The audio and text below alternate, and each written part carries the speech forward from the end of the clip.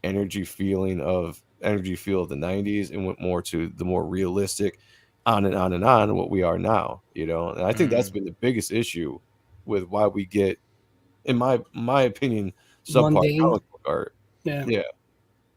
Yeah, look at that penciled version of this. Just like, that's awesome. That's the tightest pencils I've ever seen from him. These are pretty tight compared to Yeah. like what he did on Batman, that's for sure. So maybe he was drawing a little bit tighter back then. Yeah. Yeah, those are pretty darn tight compared to what he's doing nowadays. I remember I asked him once because I saw his stuff on Batman, and I was kind of disappointed by it because I loved the Creech stuff that he was doing. Yeah. And I remember commenting on one of his posts one day, and I was like, how come you don't do artwork like the Creech anymore, right? And he actually replied, and he's like, you know, it's just because he said basically that he felt like his stuff back then was just too over detailed and too weighed down by detail. And I thought, I don't know. I don't think so, man. See, I think that's a rationalization. I think it's the paycheck. I think it's the paycheck. You know? And I think that's a perfect point, though. I believe that was the industry was moving away from that, and I think he was just a smart guy that saw that and adjusted, you know. And more power to him. He's had a great career, and his art was still great. I mean, I still love the Court of Owls. He did a fantastic job in that, even though his art's changed. Yeah. But when you look at the old stuff like this, or you look at his run on Spawn, especially like 50 to 100, that issue 100 of Spawn is some of my favorite work that he's done. The stuff he does on Creech was just amazing. I love the over-rendered style. All right. I'll say that with quotations because I don't think it's over-rendered, but I got to say that because some people do. I love that aspect of comics. Yeah. Right. Like, it's a beautiful balance. I mean, all that reads really well. So here we go. We got another framed cover. This, you know, is pretty cool. The colors are popping. Same art team. I like how they kind of have like a, you know, what's it called? The previous recap? like, yeah, recap of what happened, but it's in black and white. That's kind of cool. A recap of what happened in the first issue in black and white. And again, heavy blacks framing these floating panels gives a really, you know, good tone, dark tone to this book. Look at that negative space too. Yeah. Like, that scares me. I'm like, whoa. Like, I would never be brave enough to do that. Right. That's a great point. Like, Greg was great at negative space. There are a lot of guys that could do it too. Like Sylvester was really good at doing negative space. A lot of other artists, but yeah, it takes some balls, right? To have. I wonder what their mindset is for that. Like, what are they thinking when they do that? Are they just looking at the panels alone and not really considering the artwork? It's just like a composition of the panels at first. That would be my guess. Would be just like the setting up of the page, you know. And we've talked about this before, Clayton. It's almost like the page itself is artwork. You know, the way you panel the page is artwork. You know, so you know he might have had this design in his head and just wanted to do, you know, for whatever reason, it works great with how they place the script. It kind of has a broken kind of cross or a dagger kind of feel to it, you know. And the story is talking about this. I think this is the aftermath of issue 1. You got the scientist, I think, supposedly dead. Yeah, so I mean, it kind of plays into it. So it could have just been a stylistic style choice for the way he's doing the panels, because it definitely looks like either a cross or some kind of knife that's been stabbed in the ground. And still kind of boring in a good sense, but when you turn the page, you get that powerful impact splash page. Like, that's a book out of Todd McFarlane, you know? Yeah. Like, you don't make it as cool, but then you're like, holy moly, you know, it's... Yeah, and coming from McFarlane's, you know, tutelage for so long, he definitely picked up, you know, storytelling advice and all that kind of stuff, because it does. A page like this, when you open it up, yeah, it's very boring. It's just kind of plain. Small panels, not a lot going on. You got script, and then you turn the page, and you just get treated with this absolutely gorgeous splash page of your main character, and that's just a powerful pose right there. I always wonder what the Creech looked like without his mask on. He got like this gigantic, like friggin' mouth. He's just roaring.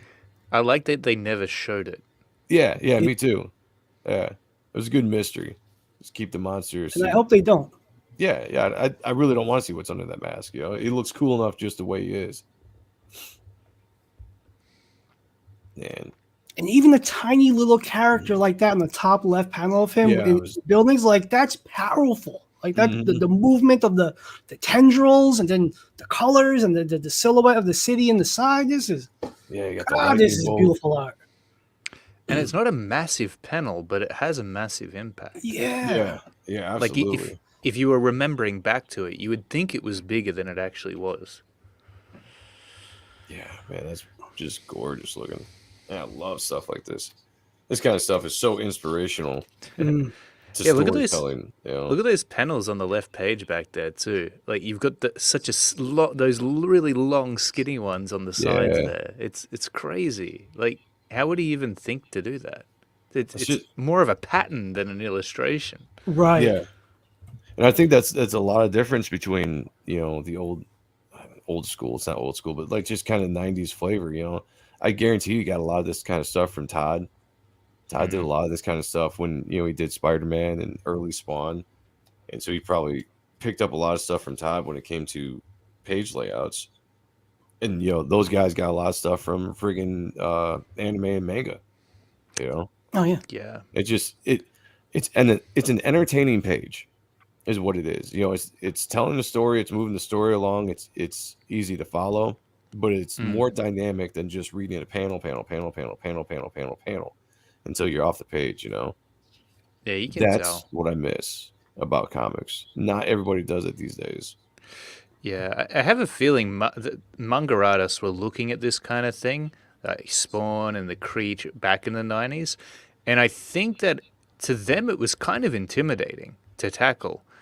This is just from talking with friends who were big manga fans who were kind of in that culture, and it's almost like the tables have turned now because what ended up happening is they stayed consistent. That they kept consistently doing what they were doing and the quality of it stayed the same, whereas the Western comics started dipping in dramatic ways later on down the track, which is so strange because comics are a visual medium, right? Like if DC had have kept putting out amazing comics, and they still often actually do, there's a few with really good artists on it, they would have been able to annihilate Marvel just with the visuals alone. But it's like they kind of cooperated to weed the killer artists out, most of them. Yeah. Except for a few. I'm going back to a couple of these comments. I was just skimming here. You said, Shelby said, whatever it took to knock down the artists a notch so they would be stuck working for the big two. Totes McCoats, sir. All the top 90s artists up to 2015 would be moved off books like crazy. Yeah, It's wild that a guy like Shelby wasn't at Marvel, doing that time, rocking awesome books, Man. And then I don't want to say anybody's names. We got guys that I won't say names that are kind of boring. You got Jake said the Ultimate Comics are at Marvel killed the 90s style specific. Yeah. That was all Quesada. Quesada was keen on storytelling, but it's wild because he's a fantastic illustrator to a certain degree. Quesada did have an issue, though, with that style. It is one of the reasons why he never went to Image. He had kind of an issue with that kind of stuff. So I'm not surprised that when he took over doing a lot of Marvel stuff that he might have kicked back on holding that style back and going. But which is wild because he was so designy, like his Alfonso Mucca stuff. But whatever, it is what it is. Adam said, I'm sure the people in charge started prioritizing more commercial art. A lot of artists from the 90s changed in a similar manner. Kevin said, over-rendering is what is making a manga special right now. It sure ain't the scripts. Andrew Taz said, I still like most of his DC work, even though everything post-Zero year took a pretty big dip in quality. My favorite work of his in DC is the Quarter Owls. I think after that, he started simplifying things to kick things out. I mean, he putting out monthly books at the rate that he did for the last 15 years, almost 15 years or so. He changed something. I mean, he's doing it right. He's definitely doing it right for sure. I hated Quesada. I love really Quesada. I liked his old stuff, right? Yeah. It's funny. You can see how Capullo would be able to get a book out a month given the looseness of his work. Mhm. Yeah. That's Like badass. if you're doing it to this level of detail, I feel like the inker would struggle more. Like if they're trying to incorporate all this detail. I guarantee you, Mickey got paid handsomely. Good. Handsomely. I hope guarantee you he was getting paid good for this stuff at this point in time, which is probably why you saw him kind of switch, because he probably couldn't afford Mickey anymore. Mickey couldn't do it because of I think commitments, or Oh, is that what or it there was? might have Okay. been something behind it. There was a story that Greg posted on his blog back in the day, or it might be in the back of the part 2 of Creech, but there was kind of like maybe a little bit of a rift. I wouldn't be surprised. I wouldn't even be surprised if it came down to money a little bit, because especially if Greg is a little bit looser and Mickey's doing a lot more work, he might want a lot more money, that kind of thing. It's an interesting relationship between penciler and inker. Yeah. This issue, guys, is just an action-packed issue from the start so far. We've had some really awesome, half shot, quarter shot, full pages, and this page I love because I love these jagged, just floating panels, and then just this action shot, just boom, like that. To me, that's comics, guys. That is beautiful. Yeah, powerful art right there. Yeah. It's funny because in the 90s, when I was getting into Capullo's work, he was always teeter-tottering. Is that the word? Anyway, of being like my favorite artist for a while. I'd always go back and forth because I'd fall so much in love with this kind of stuff. And then I go back to Lee and Liefeld, and I was always a huge fan of Silvestri. And then I see Greg put something out, I'd be like, oh man, because it's so stylized. Yeah. Because it is so much different. The cartoony stuff works with his realistic style, if that makes sense. The realistic rendering with the cartoony stuff really works. Oh yeah. Funny story. When I was in high school, I was in the advanced art classes, and when you're in art classes, like draw a sneaker, you gotta draw a shoe, and how boring is that? So I drew the last page of Spawn 30, which was the guy getting hanged, but it was his shoes. Yeah. It was his boots coming down. So I drew that. The teacher had an issue with it, but it looked damn good. My dad had to go in and give her a mouthful. It's like, you're an idiot, or whatever. American Comics Code said manga will soon follow the way of comics as political governing Japan material into Legion as usual. Yeah, I hope they don't go that way, but you're probably right. I hope not. Yeah. Noah's got Capullo in his top 3. I would definitely have him up there in my top, at least top 10 for sure. Probably in my top 5 if I really sat down and thought about it. These buildings are awesome. Like just how the design of them, like the thick, the thin blacks, it just kind of makes you feel like you're immersed in that city. Just kind of like looking up, like, what did I get into? And I don't know if this is like the compound or if it's actually part of the city. I'd have to read the book to really remember. But this style really gave Creech it's the world its feel. Mm-hmm. He was really good at that with this book. Pages are a little sticky. I won't tell you why. But they definitely are. You just put that to an 8.5. I know, right? But again, like he did this, he's definitely going out of his way to do some bigger drawing in this issue than he did the first issue. He's got a lot of half panels or half pages that he's putting the character in. I love that. I love big panels. Oh man, me too.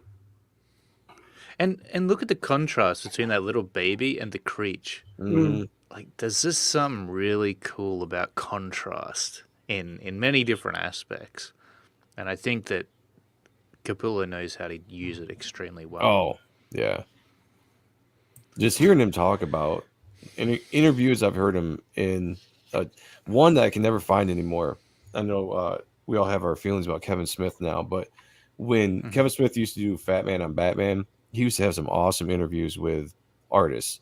Mm-hmm. And one of my favorite Greg Capullo interviews is like a 2-parter. It was like 4 hours or something like that of him just sitting in studio talking with Kevin Smith about his career, and Capullo would just talk about his philosophy and art, all this kind of stuff. And it was an eye opener, of how he looked at drawing.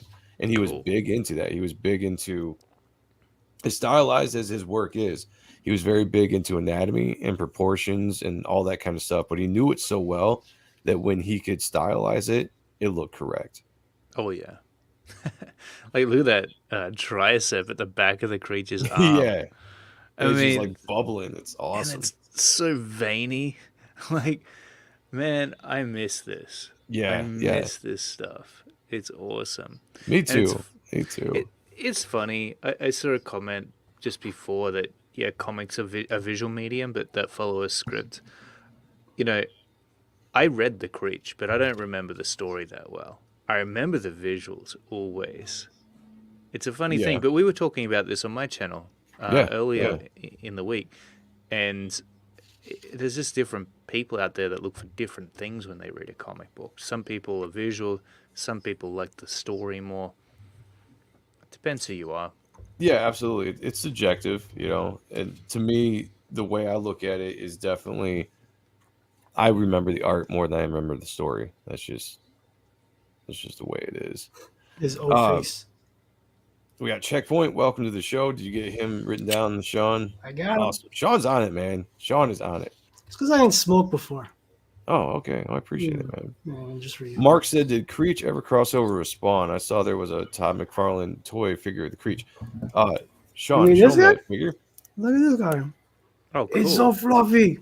It's so heavy. fluffy. I'm just gonna chill him right here, like my kid that I don't Yeah. have. But yeah, this is a badass. Yeah, that's awesome. Yeah, I got this when I was with me and Mark. We were on one of our bro weekends, shop in Jersey. Shout out to Jersey. I miss you. Kevin said, "I'm smoking now. If that helps, it does." Not me. Kevin said, "Nobody who loves comics likes the story more."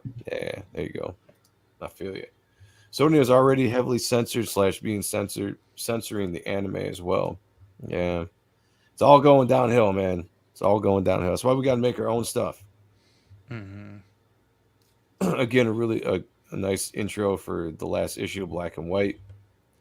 I dig that. I actually really like that. I don't know how many books did that. That would have just a wrap up in the first, the inside cover in the first page. That's really interesting. And then you have the actual Previously. start to the book. Yeah. Previously, I like that. These kind of pages are so simple, but I love them. Like they're just they. As an artist, if you can get away with drawing something like that, is nice because you can just knock a page out, right? Yeah. But it serves a purpose. It does. It serves a purpose. It kind of gets you into space, gets you in the mood, depending on what the script is. And again, you're gonna bounce from that and just boom, throws you right into some awesome story, awesome art. Again, it's that contrast. Again, you know? yeah. Mhm. Simple page, breathes a lot, and then you're smacked around upside the head with this next page. Where Man. we've got the Creech just wiped out. The detail is so awesome. That's Greg. I don't know if you ever watch this, but if you ever do, just know that this stuff is awesome. I And we miss love this, and we love it. Yeah. But also, if you look at the one tendril that's just kind of laying, that's coming down, leading into the next panel of the aliens, Yep. like Yep. that's storytelling, intentionally Yep. or not. You know, that's fucking awesome. Oh, I guarantee it's intentional to Oh, bring yeah. your eye right into this panel. Mhm. I mean, it curves perfectly to send you right here, and then the word bubble pops up perfectly. And then right there with the dude with the tech with his fingers and the glowing, I will let you know first here, I'm stealing a lot of that for type 1. So you're going to see all this tech stuff all around there. So it's for the colorist. What I love about this panel, you have the floating panels inside this panel, but he's got enough balls to say, I'm just going to black out this part of the van. And you're just going to know that this is part of the computer aspect of whatever he's doing here. But it's so simple because it's just silhouetted. But it frames the page great. You know, it just makes everything pop. You don't have to have the back of the panel here and show wires and like all this kind of stuff. You could if you wanted to. You don't have to though. And it just looks great.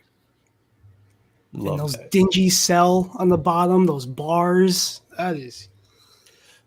Greg was always good at doing that kind of stuff. Mm-hmm. I mean, even in like Batman and stuff, you see him draw like bricks. He's great at doing like bricks and just dirty looking old, dingy. Dingy's a great word, Sean.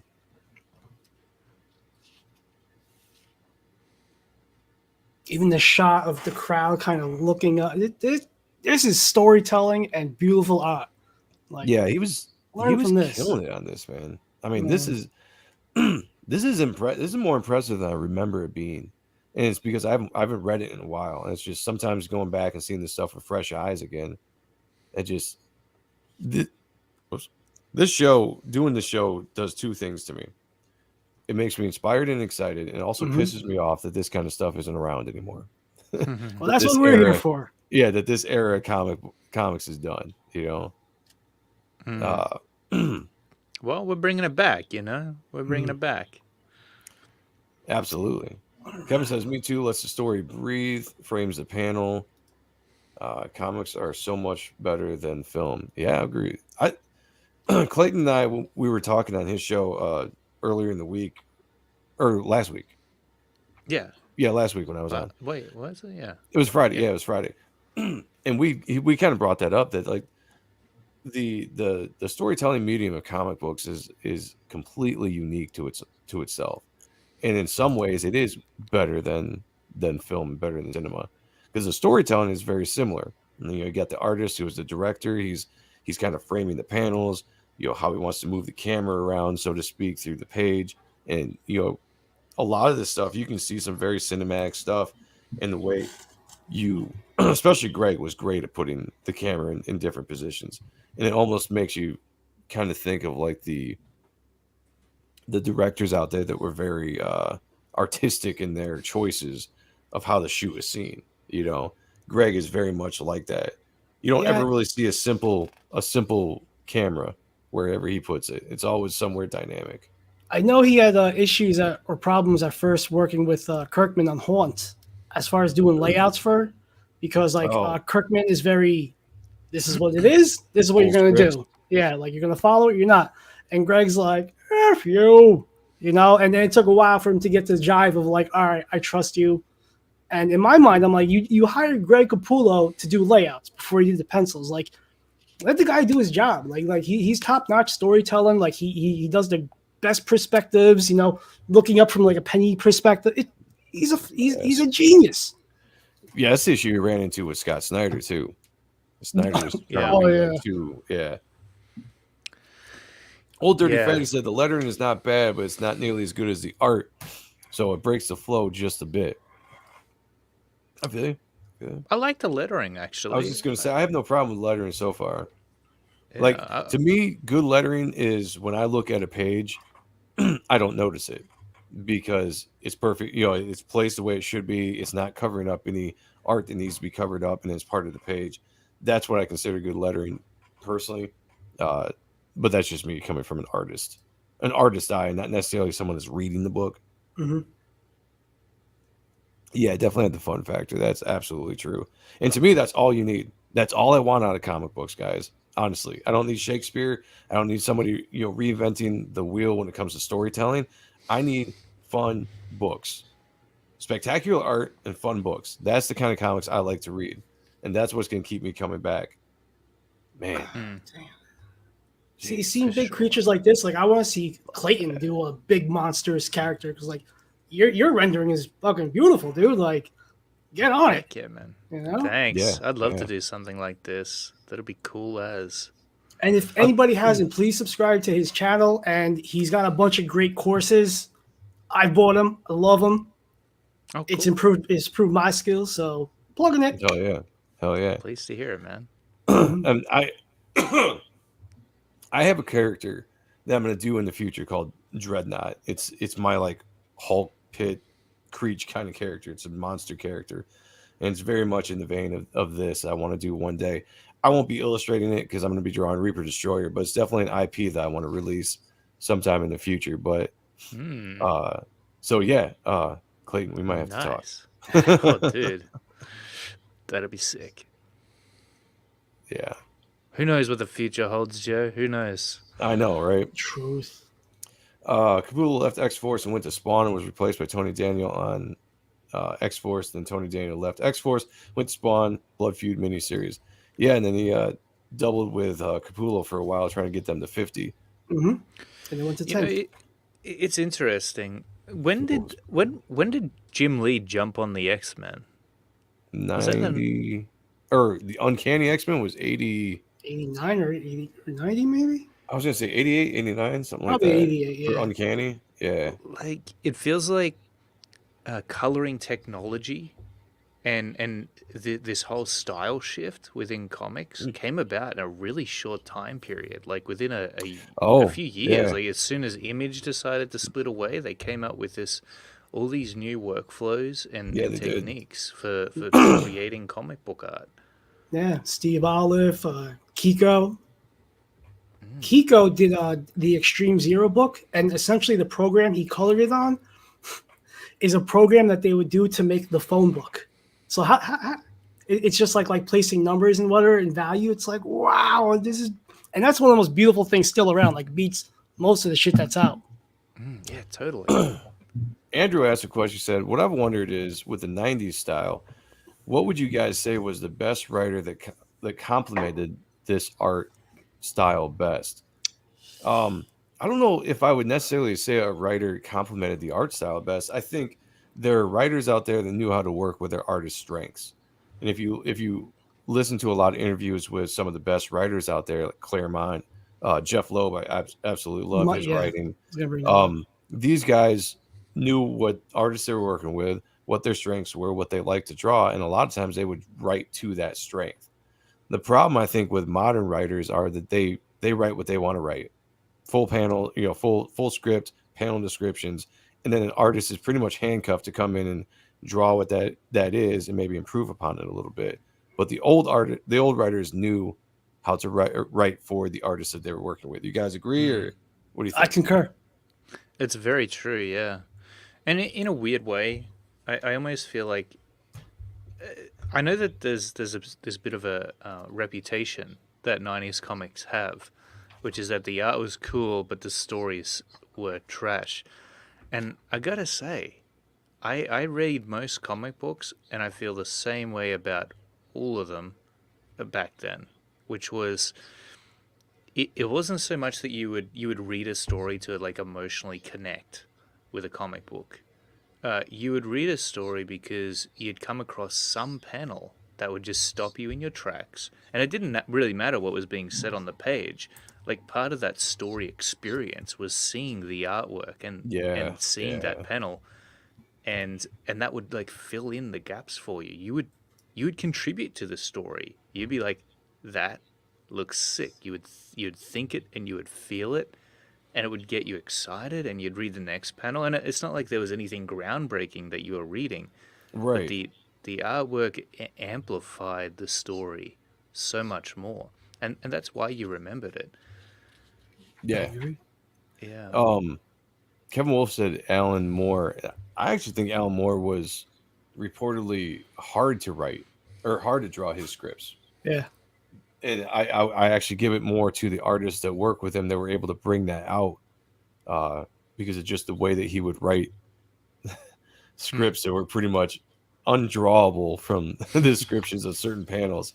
But he was a good 90s writer, so I don't necessarily know if there was a writer that fit a style specifically. It's just how the industry worked, how you worked with your artists.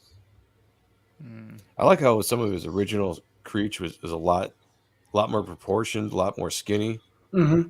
and like how he took him in more of a bulky, monstrous direction. Yeah, I love that. That's cool though. Yeah, so that was the Creech Volume 1. And we're about to go into Volume 2, but I'm going to say, before we do, one thing that I hated that they did with Volume 2, Oh yeah. I hate the logo change. I remember back then I hated it, and I still don't like it now looking at it. I don't know why they went away from that. Like, that was cool. That was fun. It was unique. This is just, to me, it's cleaner, I guess, maybe. I don't know. Boring, though. 2000-ish, Yeah, not a fan of what they did with the logo. Is that logo a little bit translucent as well? I've never Yeah, seen that done yeah. before in a logo. I like it though. It's Yep, cool.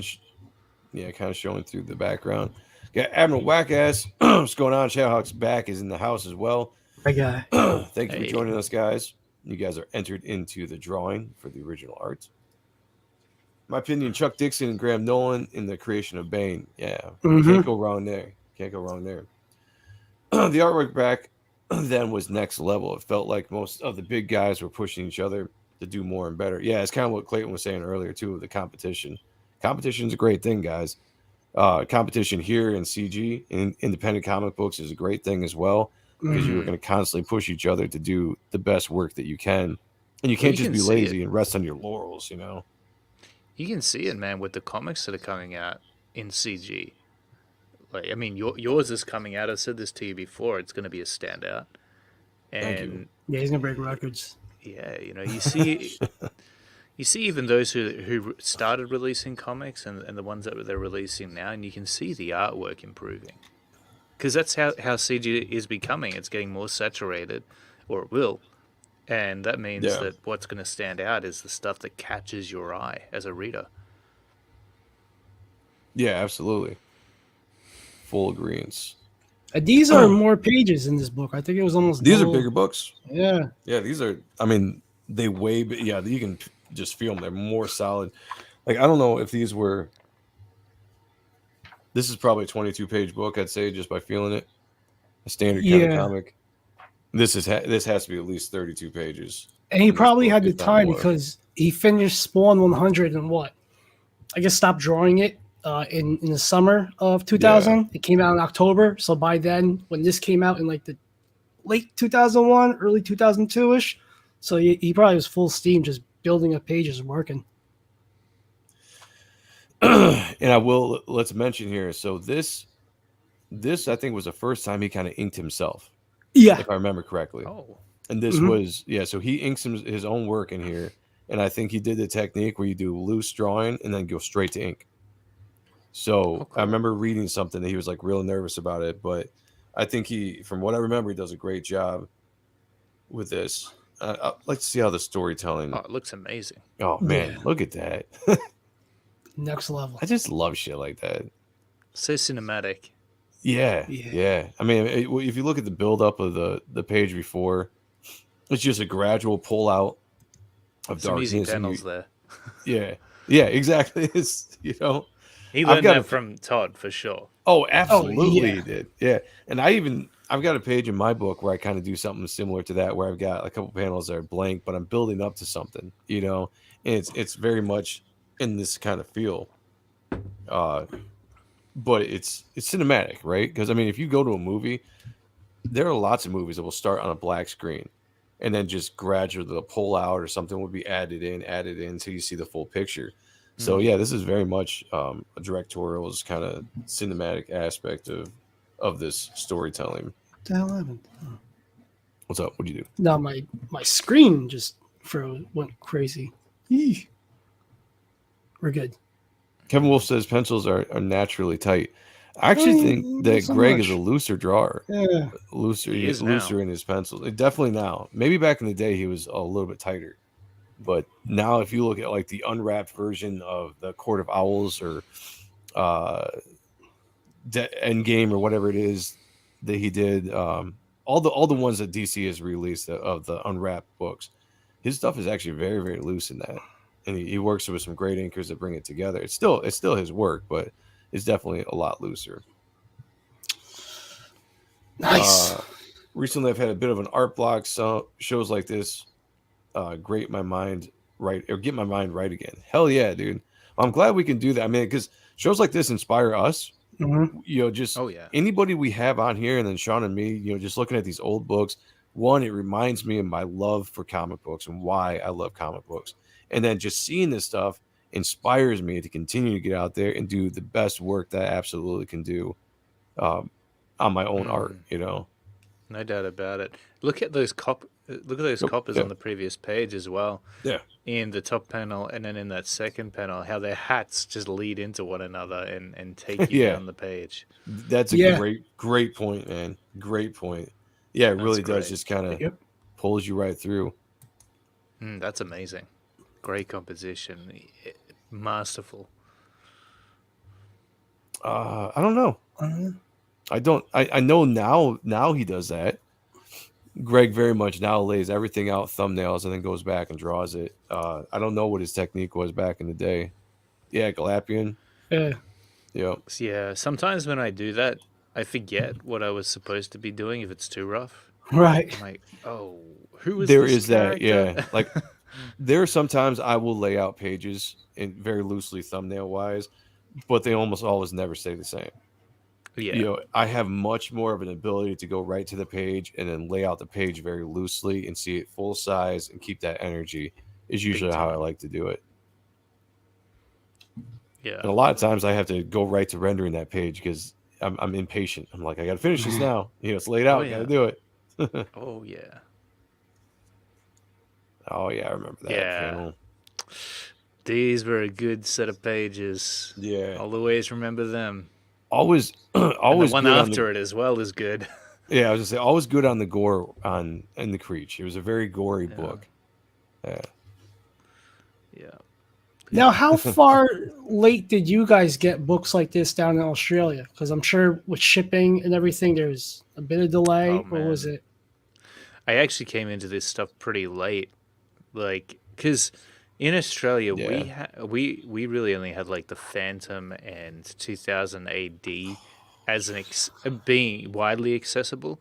Yeah. You could get comic books from like specialized comic book stores, but they weren't news agents or anything, right? And Hmm. those comic book stores were only in the big cities. So this stuff I found like in my later teens, like way after it had come out. And same with Spawn. Like I saw like the covers of Spawn and the Spawn movie when I was really young, but I didn't actually get a hold of the comics until much later. So, and being in my teens, man, I don't know what it is, but you're full of energy, and you're kind of like you're serious. You're starting to think about what it is you want to do with the rest of your life. So you see something like this, and you go, man, it would be a dream to do that. Right. You know, you're you're at a very inspired point, I think, as a teenager. A very confusing point, but a very inspiring one. That's a hard fact. This page is absolutely gorgeous. Yeah. Just absolutely beautiful. So much detail, so much energy, so much motion. Oh man. And how do you get that to line up so well? Yeah. The center line is great. You know, old Dirty Fatty said, "Tell me he made a poster of this art. I hope he did. Looks dope." Noah said, "This is why I prefer the miniseries over the first one. The bottom panel with the dude yelling with the gun is awesome from the page before." Yeah, so far I'm really digging this. It's been a while since I saw this version.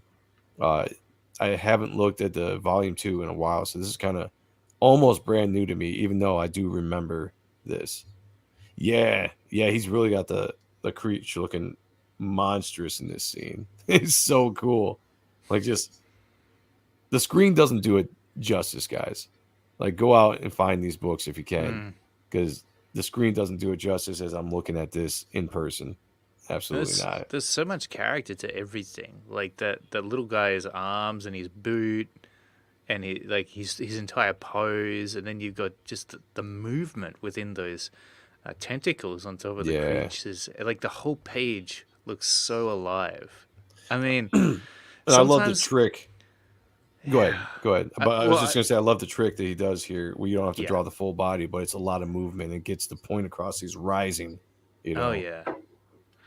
Sometimes I forget this is what comics can be, and I feel like I fall into this trap of thinking that it's limited in some way, the medium, but then I see something like this and it reminds me, oh, this is why I decided to choose comic books as my medium of storytelling, because Yeah. it can look amazing. You can make a poster out of every one of these pages instead of it just being another panel.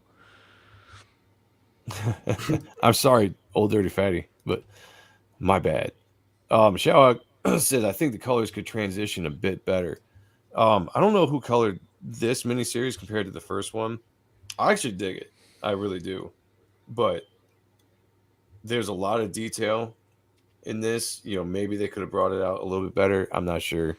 If John was on, he could definitely tell us exactly what's going on with the colors. but I don't think this is the same colorist. It's got a slightly different style to it. Look at that. That's so cool. I feel like this one's way more violent. I was going to say, yeah, he upped the violence in this one. That's for sure. That he definitely did. He's definitely a little bit more cartoony too. Like it was before, but he's really kind of pushed into the characterization of like this kind of stuff. I think he just got over being really sick. He had, I don't know if it was a tumor. I don't want to speak out of place, but he was terminally ill for a while. Who, Capullo? Yeah, He had yeah. cancer. What? Oh, didn't okay. I think he know had. that. I think he had cancer, didn't he? Could be. It was something detrimental. If that's the He word actually it talks probably about is. it in the back of this book. Yeah, yeah. In one of these books, No yeah, way. he talks about what was going on with him, And yeah, divorce as well. So like I think he just yeah, put he was going through a lot of stuff. Yeah. all into it. You know, like if this was going to possibly be his last one, put it all into it. You can see it on the page. You know. I had no idea, man. That's cool. Yeah. Dojo, welcome to the show, by the way, and enter him into the drawing. Fuck, I will. The credit page, I think, is at the back of the book with this one. Dojo. So we'll get to that. We'll see who does what here. But I know he's inking himself. Hmm. And I might be interested to see who the colors are. Man, that face is. Oh, that's awesome. Wow, How that is cool good. is that? Damn, that's great. Yeah. Such a bad guy. Such a villain. And it's cool how you see like the top of like the page, like all like the black in it, and it kind of just seeps down, like and Yeah. then highlights on the old dude, and you get the detail in the face. Yeah, the colors, This is yeah, amazing great storytelling. job of Yeah. putting those shadows in there, the heavy shadows without darkening it out. Oh man, that's Luke. I will add you. Luke. What's going on, brother? Good to see you. Just got to figure out how to spell that. Look at that close up. That dude's chin. Man. Yeah, there was some wrinkles on wrinkles, but I love it. It looks great. It does. Character- It's so well balanced. Like it's so readable even though it's highly detailed. Mhm. See, this is the craftsmanship. Anyone can render. But Yeah. being able to render it in a balanced way, that's a whole different ball game. And Greg Capullo was a wizard when it came to that. Oh yeah, yeah, dude's a freaking master. Again, it's one of the reasons why Todd McFarlane calls him the best illustrator in the business. Yeah. What Well, do you he say? The drawing was. of women on the previous page is stunning without having to be overtly sexy. Yeah, he did a really good job. And sometimes I always like Greg didn't spend a lot of time drawing like really really sexy chicks. There Nah. was at one point in time where I was like, can he even draw sexy chicks? He really can. He just doesn't do it. Like it doesn't have to, but they're still good looking. I think he likes drawing them. I do. Like he Yeah. mentioned Oh, yeah, it a few absolutely, times yeah. on Horn. He's like he was drawing the babes. They were very beautiful. He didn't have to do it too much in Spawn when you think about it, you know. No. And I think that's why we just didn't see it very often. What's going on? Paul is arts. I gotta Good to say, see you. You were entered Capullo- into the drawing for the original art that I'm giving away later. Capullo's rendition on Angela was incredible. Well, especially in that last Yes. book that he did. I think it was issue 100, maybe. Yeah. Oh yeah, issue 100 of Spawn is great, It's a great. vicious book. I think I did a video on that. If you guys go back in my videos for the appreciating comic art, I think I looked at Spawn 100 because it's still one of my favorite works of Greg Capullo. And I think Brian Hammerling does the colors on that. I think Danny Mickey's doing the inks, and it's just a beautiful, beautiful book. What did Noah say? I missed it. Oh yeah. Dude on the bottom of the glasses in particular is something from Spawn with Twitch. Yeah, it's very that definitely could be an homage there. Man, this is inspiring. Nailed man. it, sweet, good. I don't know if he's underrated, man. I actually think he does get a lot of due, at least from the industry professionals, or maybe guys more our age that saw him in his heyday. Maybe he's underrated today when it comes to his storytelling, but yeah, he is definitely one of the premier storytellers of our time. What's going on, the Beam Pad? Good to see you, brother. You were entered. Oh yeah. How many people we have so far entered? We got a lot. All right, that's good to hear. We're gonna try to do the drawing tonight. If not, we might have to do the drawing tomorrow. I don't know, but we're gonna try to do the drawing tonight and get it done. We actually have our own art, contest on the art and stuff. Oh yeah. If we get to 1,000 subscribers by our 2-year anniversary, we're gonna do a thing to give away this original John Malin art. Oh, And Yeah. we know how rare this stuff is and how expensive it is. So help us get to 1,000. Please like, subscribe to Art and Stuff on YouTube.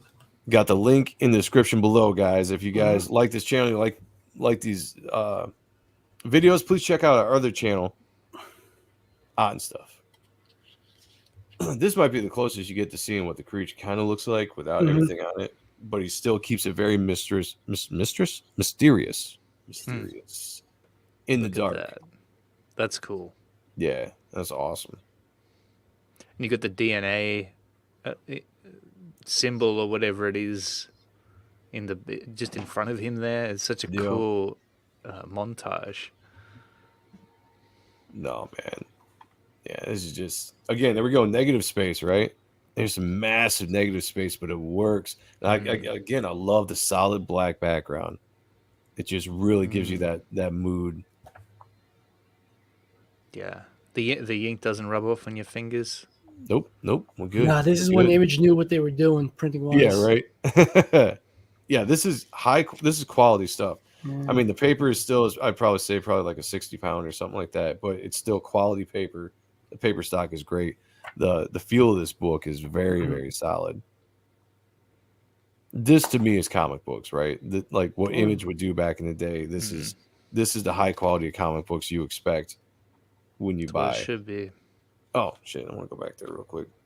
Look at that. Oh, I was gonna say the one on the left, so animated, so like animated but detailed. Yeah, just exaggerated. Yeah, just gives a little bit more character. I like that panel. I just like everything coming out. Just a sliver of light, framing the scene, and then the emotion in the creature's eyes. Like that is some great storytelling. Dude's got a very inventive mind to be able to kind of come up with the stuff on a regular basis. Oh man. Polis said, I never heard of Creech until like 2 weeks ago. Oh man, definitely check it out. If you get a chance, go on eBay or go order in back issues. Get all 6 issues, volume 1 and volume 2 of the Creech. Immerse yourself in this before he releases volume 3 later on this year. That bottom panel, he showed off the pencils for on his blog. Sick. And it was great. Like the rendering was still tight. He still noodled it out. And then he showed the inks, and it's like, geez, Louise. Yeah, I might have that saved, but it might be on the old hard drive. I'll try to find it. I love how artists can just disappear a character in a form into shadow, but you can still make out exactly what it is in the position he's in. It doesn't look just like a bunch of black and a couple lines, and the movement of the tentacles or whatever they are. So much energy in that one panel. Yeah, that's beautiful. I gotta start using more shadow or something. Yeah, I love it. Shadow's great. Yeah, I liked up until issue 19 or 20 when Clayface was in it. I pretty much only liked the Court of Owls. To be honest with you, I liked the other stuff he did was fine, but there was something about the Court of Owls that was I don't know what he did. I don't know what it was about that book, but there was something. It had a lot to do with the writing too, probably the stuff that Snyder was giving him. But after that, I just thought it's not that anything was bad. There was still a lot of stuff I enjoyed, but it was just. I don't know. I don't even know how to explain it. Well, with that, I think he came out like he's like, this is my first, big 2 book in a long time. Kind of semi out of retirement. He did the Creech prior, but he wanted to whip out his dick and show what he could do. There you go. And he done did it. He flexed on the Court of Owls. Oh, he flexed the hell out of that. Nah, Glapion didn't come on till later. Glapion was kind of an apprentice or worked in Crime Lab Studio with Mickey, but this is all Greg's inks right here. Yeah, this is him inking himself for, I think, pretty much the first time professionally on a book, and besides like maybe a cover or something. But this was the first time he had tackled an entire series. Yeah, and a massive attempt. He redrew the page on the left. So like what this is wasn't what his pencils were originally. Really? It's Oh, very shit. I similar. didn't know Very that. similar. You know, maybe some stuff changed here and there, but I think he shows in the back of one of these books. Okay, we'll look at it when we get to Yeah. it. But I'll say, like, I love this because, and this is what I love about Greg, guys. He was very good at putting the camera behind things. Oh yeah. You know, so instead of the focus being on the, you know, and the focus is on this, you know, the dude talking on the screen or whatever, and he decides to sink the camera back behind these lights, and all you get is like the silhouette of the lights, but it does a great job of showing depth. Mm-hmm. You know, showing the foreground, the midground, and the background, and he achieves that greatly by doing this, and I love it. I love it. And even the subtle breakups of the white highlights in these lights or whatever they are, you know, it just it differentiates. It makes it look different, but it pops. You know, Yeah. the minute details. Court Owls was great. Even just the way he designed the owl mask was simple but brilliant. Yeah. Mm. Again, I got nothing but great things to say about the Court Owl run. Like I'll say like that's some of the DC work that Greg has done. That's probably my favorite. Just right out the bat, he did a great job on that. Look at these characters, man. Like he's just leaning right into like the cartoonish characters. I mean, it's just, but it works. His style just works in this book. Again, A little Sam Keithy, a little bit, you know. You get those shadows and you get that rendering. It just looks so. It's such a great combination. You get the character, but you get the realism. Oh, that's nice. It's a really nice foreshortening there. Yeah, he's just showing off now. Yeah. Yeah, this is definitely this is another flex. I'll say that. This is definitely another flex for sure. Yeah. The storytelling was the storytelling as was pointed. Wait, that's the storytelling as was pointed out. Very clear with layout and composition. Yes. That one character reminds me of the monstrous one from 300 by Miller. Oh, I'd have to. I never read that, but I wouldn't be surprised if there was homages to guys like that when they do stuff. I do the same thing in my art. I homage, you know, my favorite artists or stuff that I think kind of represents something. Just as my tip of a cap to those guys. So I wouldn't be surprised, Dojo, if that was maybe in his mind. That's cool. And that's another one that was changed. That might be in the back of the book too. All right, we'll definitely take a look at that. That's badass. So, yeah, the Creech definitely looks more intimidating, a little bit more horror monster in this than he did in the original 3. Yeah. I hope this next Creech he releases. I hope it looks as good as this. I hope Snyder doesn't Yeah, me write it too. because that guy can't write an ending to get out, save his life. Yeah, I've said this before. I hope Snyder isn't attached to it. I just want it to be a return to this. I would like to see Greg kind of return to this style as much as he can. I'd like to see him ink his own work again, but I don't know if he's going to have Galapian on or not, to be honest with you. I would like it to be just him, though. This is great. It's amazing. Jeez. I thought Snyder was a good writer, or he's not. He never just read his doesn't stuff. know how to do a payoff at the ending. You know, Right. like it's Gotcha. a good story, good writing, very thought out, but at the end, it's like you blew your nut by the second book. You know, You don't get a punchline, right? Yeah. Gotcha. Cool. Yeah, so, all right, so that book just kind of... All right, so here we go. Dojo was asking, so the colorist... Oh, it's still same colorist. It's There you interesting. It looks a little bit different than the stuff in the first miniseries. Man, I'd love to track these guys down and just be like, hey, can I just like pay you money to color my stuff? I know you're in kinda been video my- games now, but That's kind of been my philosophy, man. I'll just track people down I want to work with and shoot a message out and say, hey, let's do it. So this is issue 2 for Out for Blood.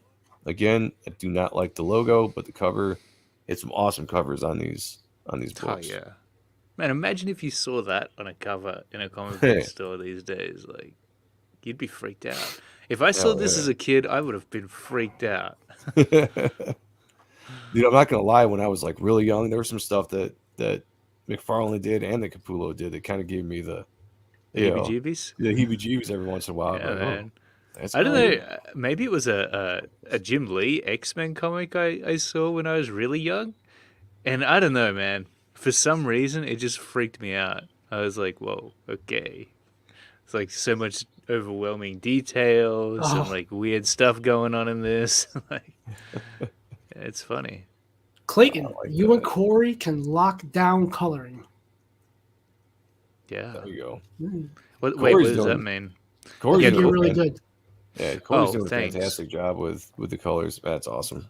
That's badass. Yeah, I recently did some coloring on Kozo as we're wrapping it up now. Oh, Mhm. nice. And I realized, yeah, we're both at a fairly good level of coloring, which is actually quite fortunate because I mean, how hard is it to find a colorist, man? So hard. It's really difficult, Yeah. especially one that does this kind of stuff, like the cut and grad from the 90s. Andrew said Noctura, or how you pronounce that, is funny. My brother is a CDL truck driver or trucker who was reading the series and was like, so a guy made an end of the world story about truckers and knows nothing about truckers. Could very well be. Welcome back, Scary Bad Man Jenkins. Hey, thanks, Kevin Wolf, by the way. I appreciate that. And if anybody could drop the link to are you guys in demand still? Yeah, we're still in demand. Yeah, I mean, we're really confident that we can wrap it up soon, within this month. We say that every month, though, but it's like, could it really possibly go in another month? We think we can get it done. Well, somebody please not post a much link left to and let's give these guys some dollars because they deserve it. Yeah, we're about to update the campaign with the latest pages, actually. So we'll let everyone know when we do, because man, it's actually been upgraded. The stuff you see on there when you visit the campaign has been significantly improved over the course of the year and a half we've been working on it. Yeah, looking forward to getting that book out. How powerful to be able to do it all yourself is what it meant. You have a solid team. Yeah. Thanks, man. Really appreciate that. We just need to get faster. I don't remember I that. remember that. My dad collected everything, and we just got that. Like I said, I have the Pope comic. I got Mother Teresa. They made everything. Hey, look at that. That's Yeah, that's some creepy brutal as hell. stuff going on right now. Man, if I read that and I was like 8, I would be disturbed. I was just thinking of the scene here where he's just the pregnant lady and all of a sudden her stomach bursts out and there you got the I would probably be like, what is going on? I'd still ask her out. I'm not gonna lie. You know, Yeah, she's pretty. I don't know, man. I don't know. I think it's a trap. I've done worse. Yeah, I'll say as far as the colorists go here, I don't know what he's doing. He's doing something a little bit different that I don't like as much as the original miniseries. Some of the tones I think he's playing around with, I'm not the most keen on. What Not that it's bad at aspect all. of them? What aspect of them aren't you enjoying as much? They're not as saturated, or they're not as I almost feel like they're too dynamic. bright. Right. Yeah. Yeah, like there's stuff. Let's see. Wonder if they got criticism for the book being too dark in the first few. It could be. I don't know. I can't find a good example, but yeah, it looks a little bit too clean, too bright compared to what the original miniseries was. It maybe it was a little bit more saturated in the miniseries. You know, had a little bit more grit to the colors as well. They look great. They look fine. It's just Paul, just share links if you can. Like everybody appreciate if you could just share one of the campaigns, whether social media you have, you know, send it to your mother, send it to your friends, you know, help us out. Oh, We hey appreciate Rick, that. Rick, Where's Rick? Where's Rick? Rick's in here. Hey, Rick. Yes. Rick. Rick, you got a chance? Could you drop the link to Kozar? Thanks, Appreciate guys. that, brother. Rick, the stud. Yeah, and you are entered into Sailor. the drawing as well, my friend. Mm-hmm. Right off the bat, I can tell with the second series, you've got a couple impressive shots of the Creech, but it's a lot more heavy story of these For sure. of the photographer, reporter, whatever character it is, and some of the supporting characters. I'll say that. Maybe it's why the book's bigger. Maybe I can afford a lot more.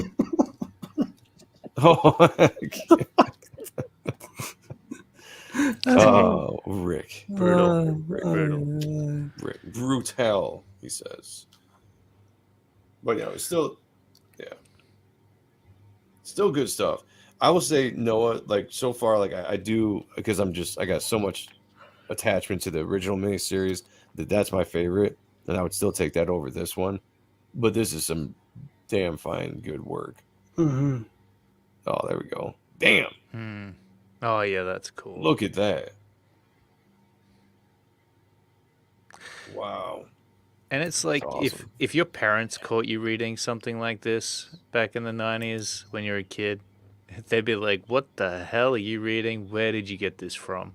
My parents Nah, B. My dad bought this shit from me. He's like, "Look what you got." You're lucky. You're lucky. You had a cool dad. Yes, I did. Yes, I did.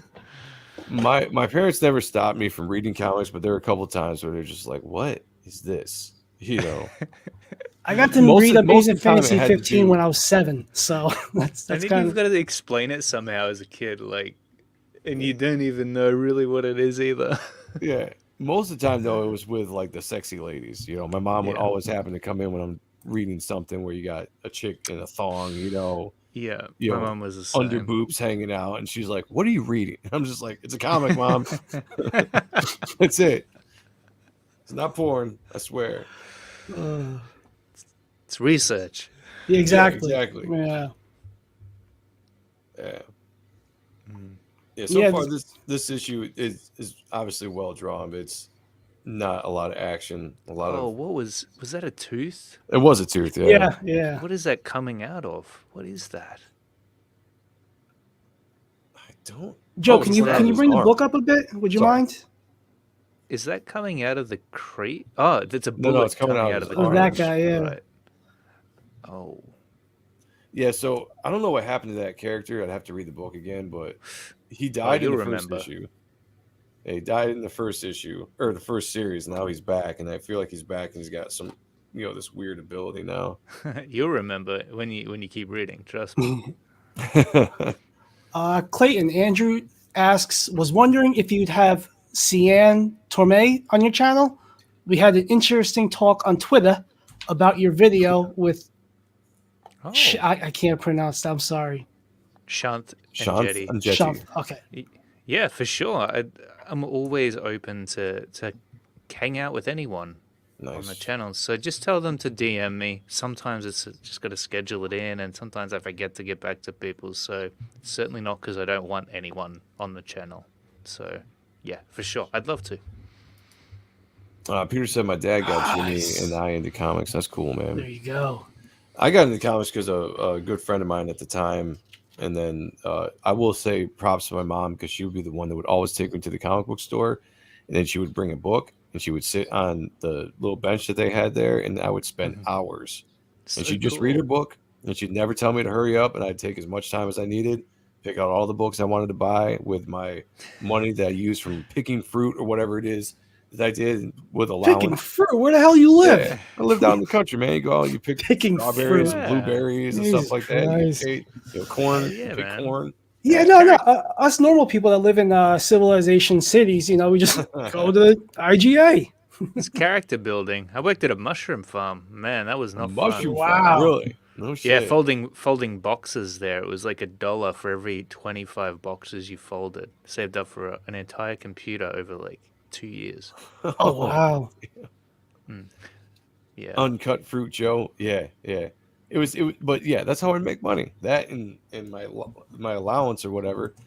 But my mom was cool. She'd just take me. She would sit there. She'd read her book, and I would just go and look at all the back issues and bring a stack of comics, and then I'd go home and read it. So those are fun times. So props to my mom, always supporting me. Heck yeah. In that aspect. Thanks, Rick Saylor, by the way. You're so kind, man. It's funny because like sometimes I'm like, do they really like me? But then they're just shitting on me. Yeah. And I'm like, it's like going home. What's interesting about this book compared to the first book of the second volume is I do feel like he's almost experimenting with a little bit of a cleaner style in this issue. Right. Okay. Why do you say that? Just the Well, design of the.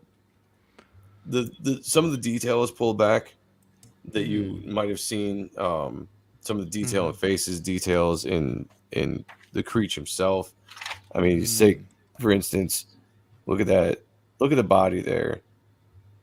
Yeah, there's detail of the muscle and Yeah. stuff. A lot of the renderings pulled back. You Yeah. know, the veins are gone. You know, it's True. a cleaner version of what he has been doing. And just even in the issue we read before, he was still very, very detailed. So Less I gritty don't. here. Yeah. This issue is a lot less gritty. Yeah, it just seems cleaner. You know, it almost Oh, yeah. reminds me of when Splat did when he went to the cleaner style with Soul Saga. You know, and really kind of, or even with Prophet, and pulled out of the heavily rendered Splat stuff that he would do in the '90s. This is still looks good. Still looks good, but Yeah. just I mean, even You don't stuff like like it that. as much? I don't like it as much. No, still great, but not compared to like what we just read over the last 4 issues. You know, Heck even yeah. stuff like this. I mean, that's really good, but I feel like it's just a little bit. I don't know. It's cartoon. It's like very stylized now. Yeah. It's almost like he's experimenting a little bit, which is fine. Or time saving. Time saving could definitely be something as well. If he was Yeah. inking it himself as well, maybe. The beast. Yeah. All right. Get into the last issue. We'll look at the last issue, and then we'll do our drawing, and we're going to do our giveaway, and we'll figure out who's going to win the original drawing. If it ain't me, I'm quitting on stuff. That's right. So I might need a new host for tomorrow night. This is an awesome cover. Yeah. To end the series, this is just badass. A virtual silhouette of him standing in like smoke and fire or whatever. A lot of energy right there. A lot of movement.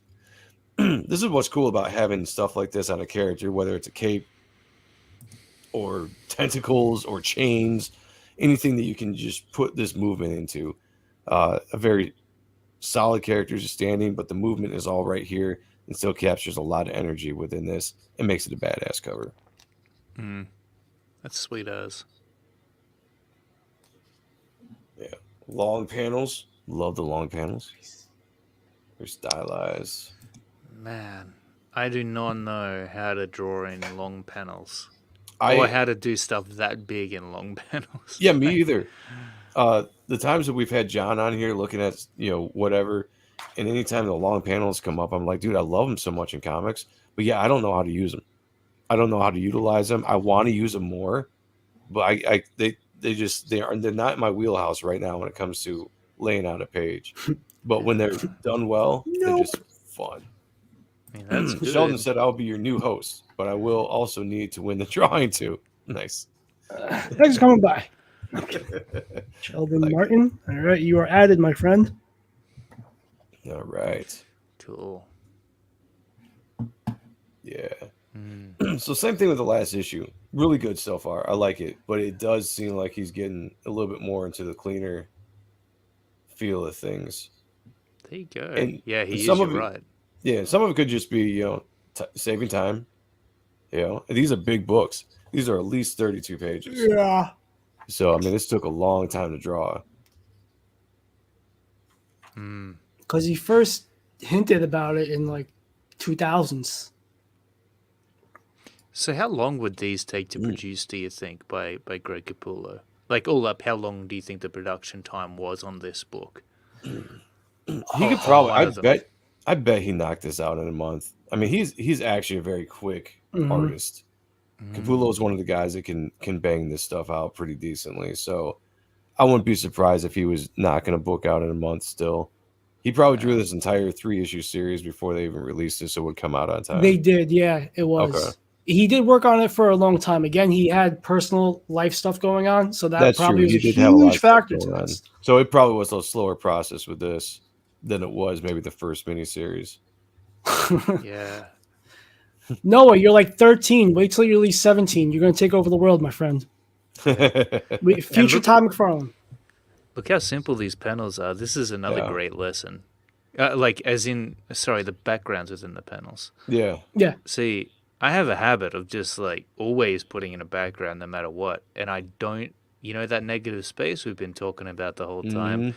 I don't think that lends well to negative space. I think it can actually flatten out the whole page if your backgrounds are super detailed in every panel. Yeah, it clutters up things, Can't makes things a little breathe. bit too busy sometimes. Yeah, that's a great word. Hmm. You gotta let a page breathe. One thing I've learned about drawing is as long as you know where you're at in the scene, as long as the reader knows, so you have a good establishing shot, you have enough backgrounds and panels so we know where you exist. You can have a panel here or there that doesn't have a background, and it's fine. It's Hmm. not being lazy, but it's just allowing the art to breathe. If you've paid attention to anybody that's been looking at all these pages since we've been going, there's been quite a few panels that Greg has not had a background on, and you almost don't notice it because it's the focus is where you want it to be, and the storytelling doesn't get broken.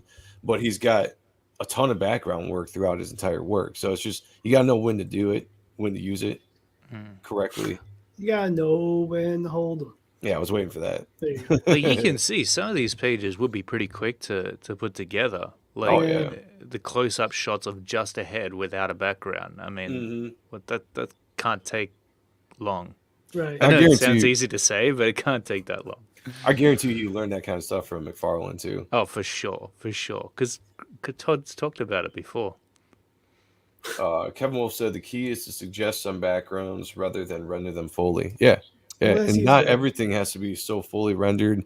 I mean, look at some of Silvestri's work on the darkness. There were a lot of stuff where the backgrounds were just kind of half done, and then Hmm. they would bleed into the panel, and then the colors would just bleed that all out. And you'd have negative space, but it worked within the context of the storytelling. So there's Or all look at different ways look to at the do it. great Sean Aaron in his Type One preview book. He did Right. that. He was detailed in the backgrounds. Then he had some panels where no detail because it was fast pacing movement. So subscribe to Sean Aaron YouTube. He's There he's you a really go. good guy. He's really That's cute true. too.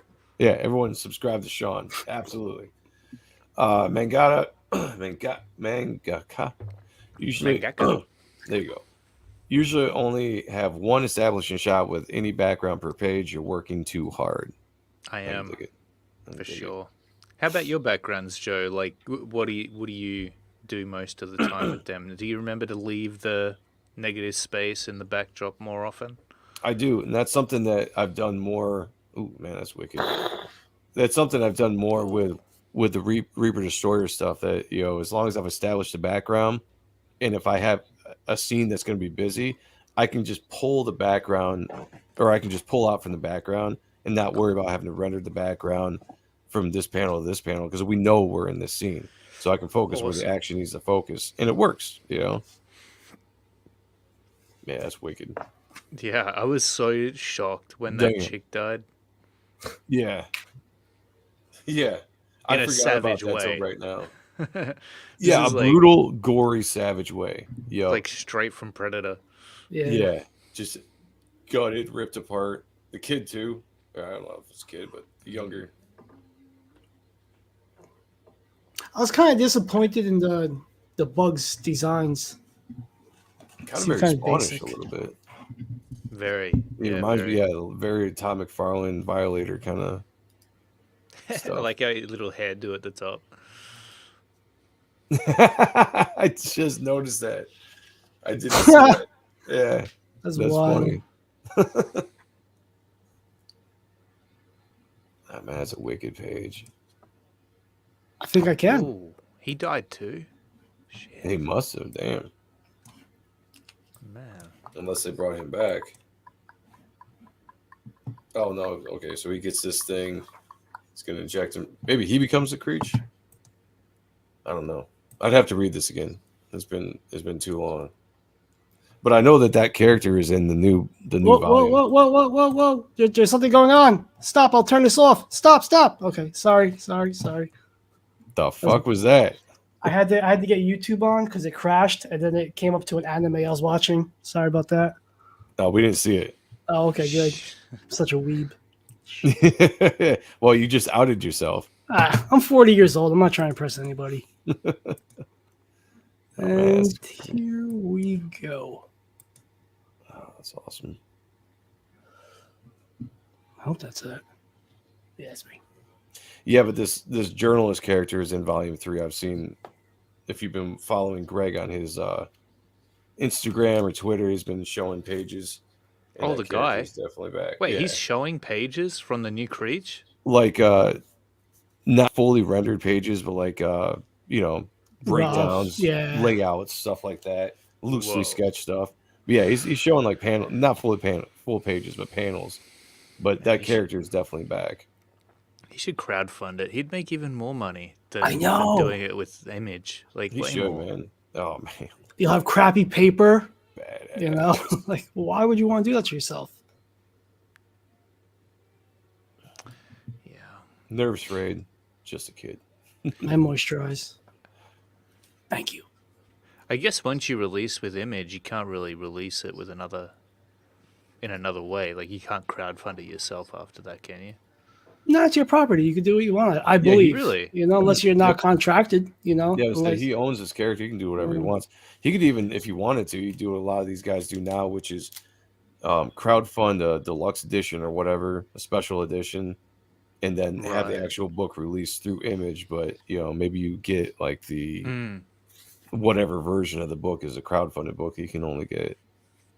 I've seen a Special lot cover. of guys do that. Yeah, special cover, or just oh man, Ah, this is a beast. That's good. damn, Great fire example there. yeah. Thank you guys, everybody subbing to Sean's channel. Yeah, thank And, you. if you see me posting in there, it's actually Sean, just so you know. Yeah. The name of the anime is. I'll get back to you. I forget. I can't pronounce it. Does it have tentacles involved in it? Nah, it's nothing creepy or dumb. No, Yeah. that is absolutely gorgeous, guys. This is beautiful. Or double page spreads. Double page spreads, man. I miss them. I'm gonna try to lean more into doing them in my own work. There's Oh, just hell yeah. something crazy powerful about that. Fuck, that's wicked. He just lines it up so well, man.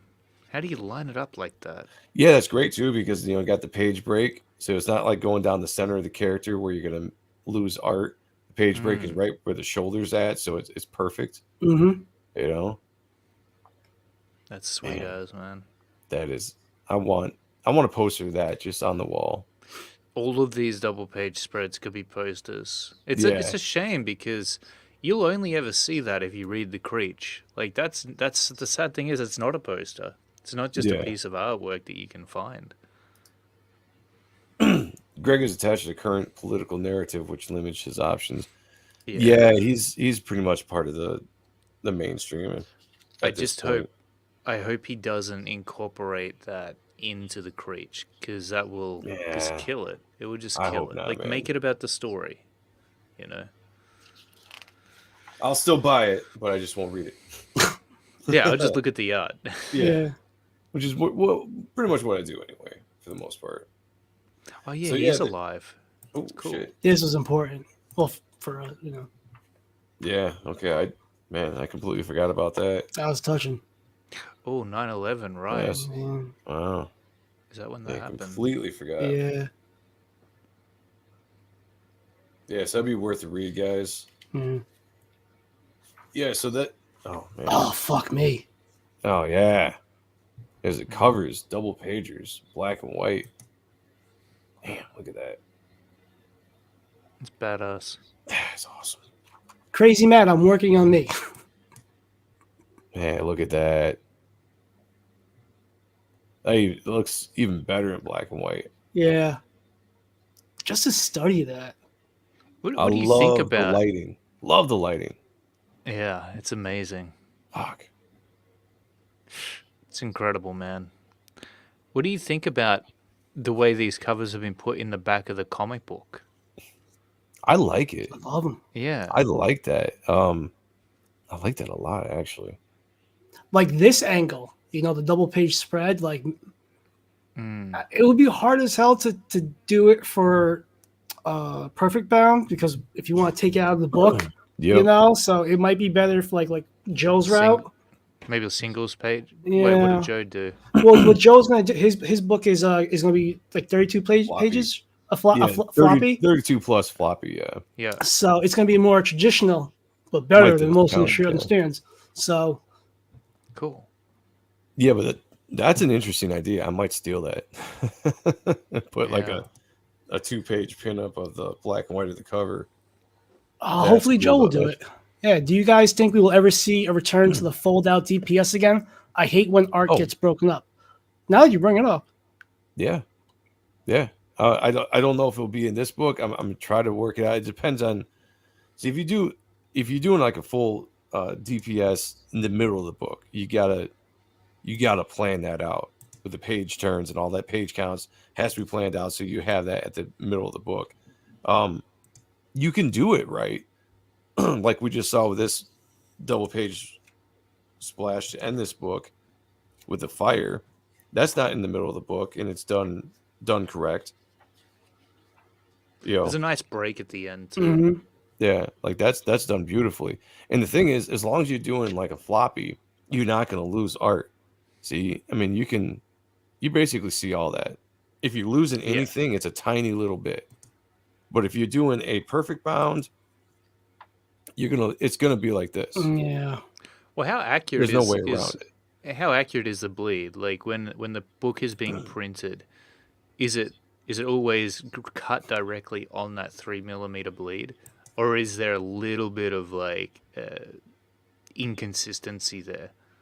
Because if there was That an I'm not sure. inconsistency, it'd be hard to line it up. Hey, Mrs. Good Stuff, It's put good her stuff. down. I'll Hey. add her to the list. Good to see Right. you. Added to What's the up, Mrs. list. Good Stuff? Yeah, I don't know. That's a good question, Corey. Clayton. Jeez. It's okay. I'll kick Everybody myself. calls me Corey. And you're like, I hate him. No, I'm kidding. Somebody else Hate is him. here. How to Draw Comics by Dan Dan Lowell. Lawless. We'll add you to Awesome the image. list. Yes, you're added to the list as well. Adam Miller said, I've got to be the only reader and artist that doesn't like double page spreads. Really? Oh, are you an artsy fartsy guy? Teach their own. Yeah. If you I like want- it, you win. Yeah, absolutely. I got no problem with people not liking it.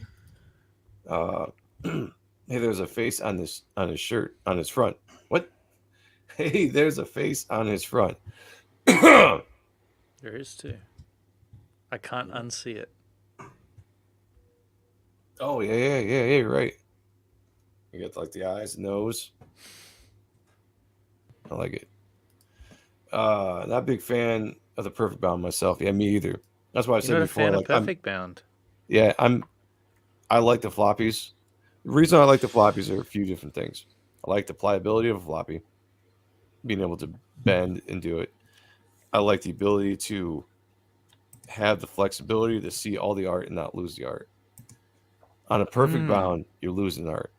It's not as pliable. It's not as fun of a read. It doesn't feel like a comic book to me.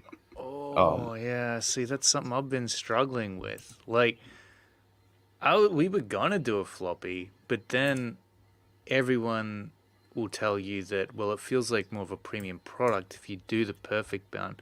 And because ours is a Which little is true. thicker, if ours is a little thicker, I guess, like, it makes sense too. But I feel the same way. For a long time, I said to Corey, we should just do a floppy. And he's like, no, the perfect bound. You know, but There's a lot of people out there that have boisterous aspects of the perfect bound being, like you said, a little bit more of like the quality or prestige aspect, which is fine. It's just being an artist. One of the reasons why I didn't like trades, I would collect trades because they're, you could keep your comics safer and you don't have to pull them out as much. But in a trade, you lose art, especially if you get a book that is very big on panels and double page splashes and like all this kind of stuff, and has, doesn't even have to be like a full double page splash. It could be a double page story, where the panels go across 2 pages. You lose art in that crack because you're putting so many pages into the book for one. So let's say you do 60 pages or something, you're collecting 3 issues of a book or 6 issues of a book. You're losing so much art that you can't see anymore. oh, really? But that the same thing doesn't happen if you're doing like a floppy 60-pager? If you do a 60-page floppy, I would say definitely do the perfect bound. Yeah, I would, right. There you I go. wouldn't do a floppy over like maybe 40 pages, 48 pages would probably be the biggest There you floppy go. I would do. Yeah. There you go. Yeah. Cool. Thick is Cool. better.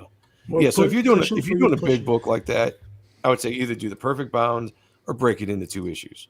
But for crowdfunding, perfect bound, you know. But for me, 32 to 40 pages that I'm going to try to knock out, it's going to be a floppy. I'm going to make sure that everybody can see all the art, have the flexibility to read it. That's just the way I like it. To me, that's comic books, you know. Yeah. For sure. That's a really good observation. Victor Rodriguez, you are now added to the Hail Victor. Which, by the way, Victor is one of the names of one of my main villains in my book, by the way. Ooh. Love that name. Good Love villain that name. name, Victor. Is it inspired by this guy? It is inspired by this guy. Yeah. Oh, I would sue. Admiral Wackass says, I prefer floppies, but the perfect bound is nice for analogies in longer anthologies. No, you're saying whatever, in longer stories. Yes. Yeah, I agree. I don't think you can do floppies over 40 pages. Yeah, I think. Well, It's good to get your thoughts on it, Wasn't guys, the by the way. Cyberfrog 48 pages? Yeah. Yeah, that it was a was. floppy, and that was pretty good. So I think 48 pages is probably the max I would say do a floppy. I loved it. I should test it out. I should get a perfect bound and a floppy proof done and just see. Because it's so interesting to see what people think. Like, I always assumed everybody loved the perfect bound. Like, that was everybody's opinion until just now. I used to think I that was the too only because one. you would hear so many people talk about that. But the more the floppies get brought up, the more people maybe felt. And this sounds weird, but maybe the people that felt ashamed to say I liked floppies because some people consider it like lower quality, which it's not. Yeah, But you know, and now you're getting people are like, yeah, I do like the floppy feel. You know, so I think you've seen a resurgence in people that like the floppy aspect of books. because I blame John and Mark. Yeah. Like, I get it. You're paying $25 for a book. Mm-hmm. So I guess that perfect bound makes it feel like a $25 book rather than a comic, which is like kind of the issue in a sense because we want it to feel like a comic. Right. Exactly. Yeah. Jacob, you're good. I'm adding you now. Jacob there you go. So yeah, and I've said it from the get-go, and you know, I know some people are like, well, they've got certain philosophies on books they back and what they have to be, and I'm just like, look, this is what I'm putting out. I'm putting out a floppy book. It's going to be, they got pills for that, buddy. Yeah, it's going to be high quality. You know, it's going to be quality. The paper is going to be quality. I'm not going with any kind of 60-pound stuff. It's not going to be the cheap stuff that you see, you know, DC or Marvel put out these days. It's going to be high quality books. Nice. You know, high quality paper, you know, count or weight, paper weight, and it's going to be nice. It's going to feel good, and it's still going to be flexible. It's going to feel like a comic book, and that's what I'm doing. Wait, so you can't do floppies with a high page count? It will kind of. You can to a certain extent. Like you really should stop. I would say 48 to me would be the max. Yeah, in my opinion. Gotcha. And I'm not an expert in any means by that. It's just a personal opinion. I think that 48 would be the biggest. I would go with a floppy. Well, Cyberfrog felt nice. It was a nice book. Yeah, and I'm pretty sure that was 48 pages, and that was solid. It turned good. You know, it wasn't falling apart. The thing about the floppies is eventually you're going to get too thick for the staples. Mm-hmm. You know, so if you pack in a ton of pages in there, the staples are going to get overworked. The staples are going to get overworked, you know, and it's going to maybe fall apart. And so that's why you do the perfect bound, you know, for the quality wise of that. But if you're keeping it like my book, 32 to 40 pages, I think that's perfect for a floppy. And that's cool. Definitely what I'm going with. That's awesome. That's really awesome. Basically, don't do any image that crosses the gutter, and you're okay. Yeah. So if you're gonna, that's a great point. If you're gonna do a perfect bound, make sure you're drawing it to a perfect bound standard. So you don't have any 2-page spreads. You don't have like the 2 pages that combine to cross over. Then you're not losing any art. So in that aspect, that's completely true. You won't lose any art if it's just a standard page to page kind of thing. So that in itself, that's correct. Good point. Gotcha. Most printers won't let you do floppies after 48 pages. Okay, that makes sense then. That's probably why you don't see bigger than 48 page floppies. All right, guys, we've reached the end. We've looked at all 6 issues of The Creech by Greg Capullo. Fantastic work, inspiring work. If you guys get a chance, go to your comic book stores or order it online. Find it somewhere. Go buy those books. Check them out. Get ready because the launch of Creech Volume 3 is going to be later this year. Well, not launch, the release. I'm pretty sure through Image Comics. So be on the lookout for that. I can't wait. I'm pretty damn excited. Well, we've reached the end of the show, and this is where we're going to do the art giveaway. So I'm giving this away to somebody that's in the chat. Sean has collected all the names. We're going to do kind of a random drawing, and I'm going to leave it up to Sean. Oh, come on. Fuck you. No. I got a book coming out. I need them to like me. No, not going to happen. Not happening. Dude, you have the names. I don't have the names. I was going to text them to you. Is there a generator? No. I don't know. Do you know how to do that? I don't. Oh. Like, it's just a random generator. Dude, only one person can win anyway. Nobody's going to be pissed. All right. Look. Everybody. Just close your eyes and point at the screen. That's what I'm going to do. So I'm closing my eyes. Yes. Wait. Wait. Let me know. Do you got comic book 1C or comic? Oh. Book? Well, thanks for coming. Book. Yeah. Because he got in. Oh. That's it. Nobody else. That's the last one we're going to put in there. And remember to zoom out far enough so that you can see them all when you're blindly pointing. Okay, so here's what I want to do. Let's see.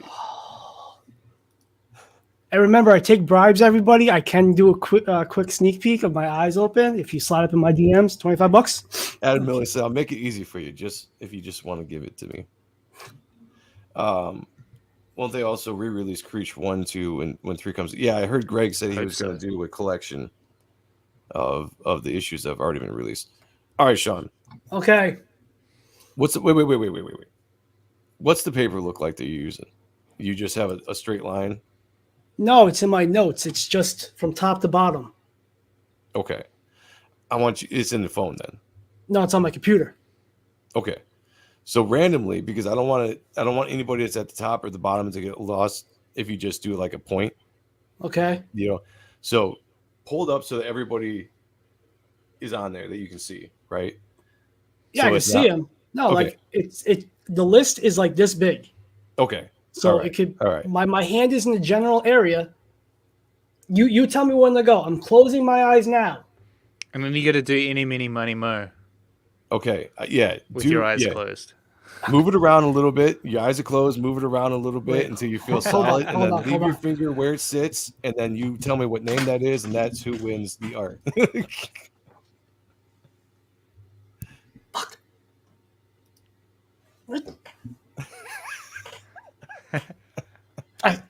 I saw you peek. All right. You touch it. I'm on somebody. All right. I'm on somebody. Hold on. Okay. I haven't looked at it who it is yet, but I'm going to look now, okay? Okay. On count 3. 1, 2, 3. Shadowhawk. Shadowhawk bags. Nice. Shadowhawk. Congrats, Shadowhawk. Shadowhawk. So what you have to do, Shadowhawk, hit me up on Twitter, DM, and I will give me your address, and then I will send this out to you. Congratulations on getting this, and thank you to everybody that's helped got me over 1,000 subscribers. You guys are badass. Yeah, it was fixed. I got vertigo from this. Sean, thank you for playing along. I appreciate you taking one for the team. Anything. Yeah. Refund type. Oh man, here he goes. Well, I'm sorry. Now we're adding to the list of who's never coming back. No, I'm kidding. Yeah, congratulations, Shadowhawk. Congratulations. People don't like competition, do they? Rigged. Yeah. I hate you, Sean. You should have picked me. Everybody loved you guys until that point. They were like, I could win. They only love us when we got stuff. You should have seen when we did the giveaways for the anniversary show for Odd and stuff. Oh my god, that was so bad because it's one of the reasons why I don't really like doing giveaways. But this one had to be done. People love it. My grandfather voted for Biden and Shadow. Thank you. I still like you, Sean. Thank you, Victor. Appreciate that. It's like the lotto, Games right? and We all love the lotto, but we hate the lotto at the same time. Well, hold on, guys. If this makes you feel, I'm going to ground you. If we get to 1,000 subscribers for art and stuff, by our second anniversary, which will be probably the first Friday in May, we're going to do a contest so you could win an original John Malin sketch. All right? All right? John Malin, Papa John, as I Live call on the edge, guys. Come Live on. on the edge. Flat Earth isn't real, but space is real. fake. Space is fake. No, space is fake. And you could win this John Malin sketch. If we get to 1,000 subscribers by first Friday in May for our second anniversary, we'll come up with the contest afterwards. So, come on, guys. We got you. This is ANS. We got you. So I don't know if Shadowhawk's in here. I might have to just send him a message and let him know he won. But because I haven't seen him comment on here yet. But that's all right. I said all you had to do was be in the chat and comment, and you were automatically entered in. So it didn't matter if you stuck around for the full 2 hours. Those are the rules. That's what we're going with. So congratulations to Shadowhawk. It was a completely. I mean, you saw Sean do it. We did it live. I pulled him up. I made him big on the screen. He spun around, pointed at the screen. Yeah, like that. Is the most fair.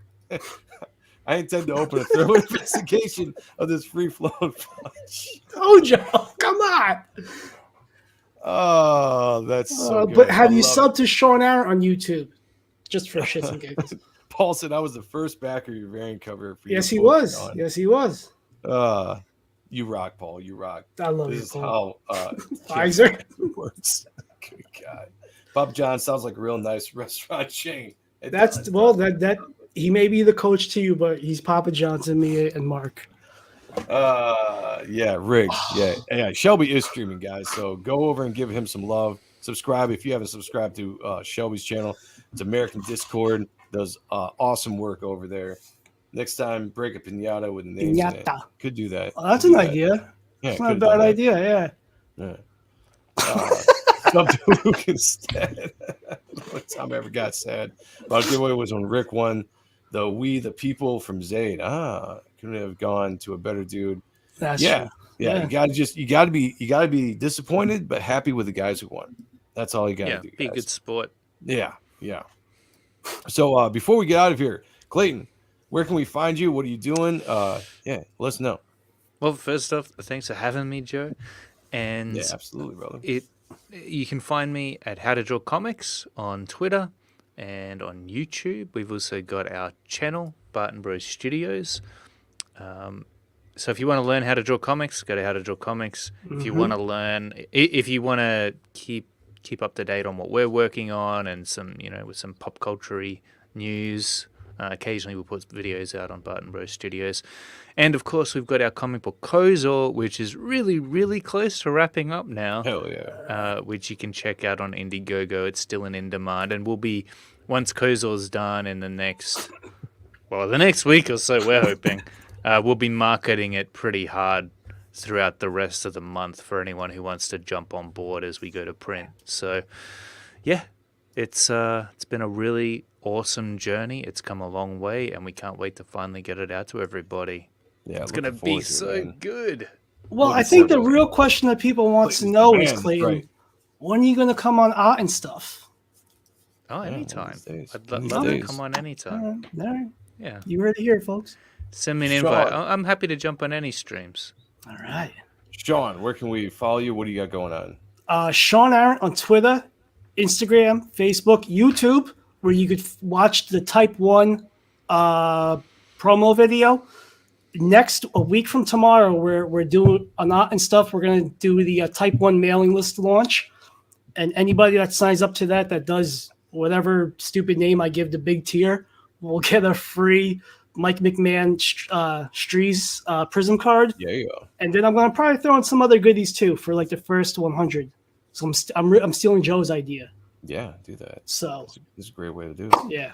Steal, baby. Rip it off. And subscribe to On Stuff. Yeah. If you guys haven't, please go to Indiegogo and sign up for my book, Reaper Destroyer Now. Is in the mailing list, is live. We are launching this on May 14th at 9 p.m. on Michael Bancroft's channel. It's a Saturday. Put it in your calendars. It's going to be a fun day. I expect and hope to see you all there. I was going to say, I did that earlier. I lost my train of thought. But yes, Reaper Destroyer mailing list is up now. This is my book. It is a throwback to the 90s dark hero characters. I've got the absolute best art that I can put together for myself personally right now, and I'm working with some talented inkers in Joe Weems and Matt Bat Banning, Top Cow fame, high quality legends in their own right inkers, and also the great Kyle Ritter is doing the colors on this book. So if you haven't already, please sign up, share it on social media for me, and a shout out to anybody who has sent a super chat to Ethan. I've seen a couple of people that have done it and just have mentioned Reaper Destroyer. You guys are awesome. I appreciate that so much. It's completely humbling. And to his see look of that. disgust to saying that because he stole Kyle. That's right, because I stole Kyle from me. Yeah. Yeah. So I appreciate it, guys. We will be here tomorrow night on Ott and Stuff, and then Friday also on Ott and Stuff to close out the week. So join us there over on that channel. Links are in the description below. That's it. Thanks for joining us for another Appreciating Comic Book Art Live show. It's been a blast. Some great art to look at with Greg Capullo and Creech. Go find those back issues if you can. Immerse yourself in some awesome comic book art, that you might not be getting today. There's some great stuff out there. Don't let it go to waste. Find it now and enjoy the hell out of it. And until then, I'm going to leave you with a trailer to my video, and we're going to get the heck out of here. Until next time, as always, Big Spade into your kids. Yeah. Let's see how it's stuff. Peace.